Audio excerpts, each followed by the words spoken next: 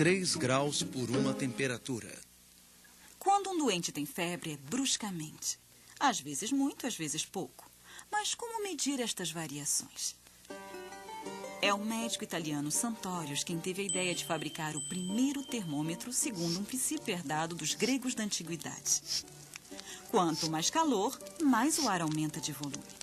Assim, os pacientes de Santorius aquecem o ar dentro de tubos de ensaio, colocando-os na boca. Rapidamente, o ar se dilata e desloca o nível da água contida em um recipiente na base do tubo. Infelizmente, os primeiros termômetros deste tipo são abertos em uma das extremidades e, como mostrará o italiano Torricelli, suas indicações dependem enormemente da pressão atmosférica. O grão-duque de Toscana, Fernando II de Médicis, que se interessa muito mais pela ciência que pela política, tem a ideia de fechar hermeticamente um instrumento, selando-o em suas duas extremidades. Ele substitui o ar por um líquido, o álcool etílico. Nasce assim o primeiro termômetro a álcool. E então espalha-se a ideia de que um termômetro pode tanto medir a temperatura da atmosfera quanto a de um líquido. E interessa tanto aos médicos quanto aos cientistas. Faltava adotar uma escala de temperatura aceita por todos. Infelizmente, o pequeno mundo dos sábios do século XVIII parece-se mais com uma torre de Babel. Cada um tem suas preferências e defende as suas ideias. De um lado, utiliza-se o álcool etílico, o mercúrio, uma combinação de vários líquidos, até mesmo o óleo de linácea, como o grande Isaac Newton. De outro, adota-se qualquer ponto de referência. A temperatura do gelo, de água fervente, do corpo humano, ou mesmo de uma adega de vinho ou de manteiga derretida.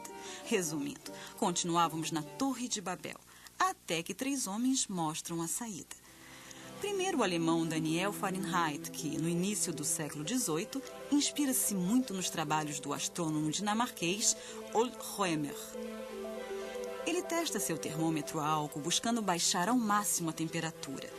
Com gelo e sal marinho resfriado, ele fixa seu ponto zero. A temperatura de fusão do gelo para ele é de 32 graus Fahrenheit e a do corpo humano, considerado 3 vezes mais quente, é de 96 graus Fahrenheit. Para as temperaturas mais altas, Fahrenheit troca o álcool pelo mercúrio.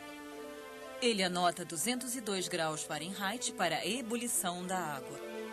Esta escala será largamente difundida nos países anglo-saxônicos, onde ainda hoje são utilizadas. Na França, é René Fourchot de Réaumur, que desde 1730 está na liderança.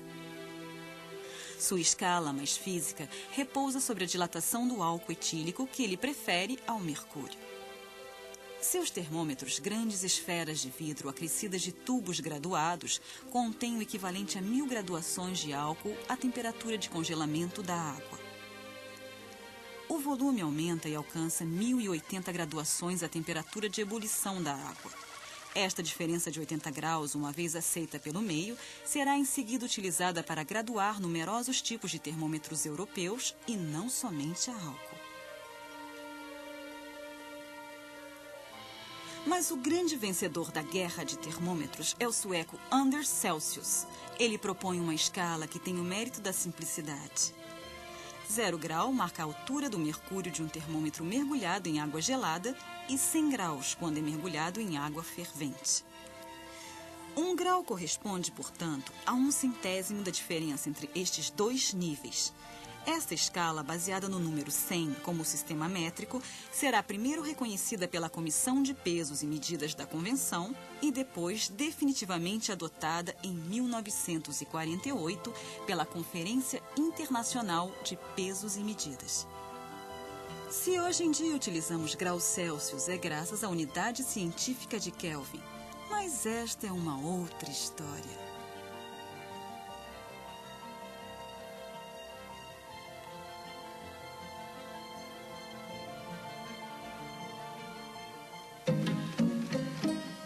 Distribuição Sinapse, versão brasileira Áudio News.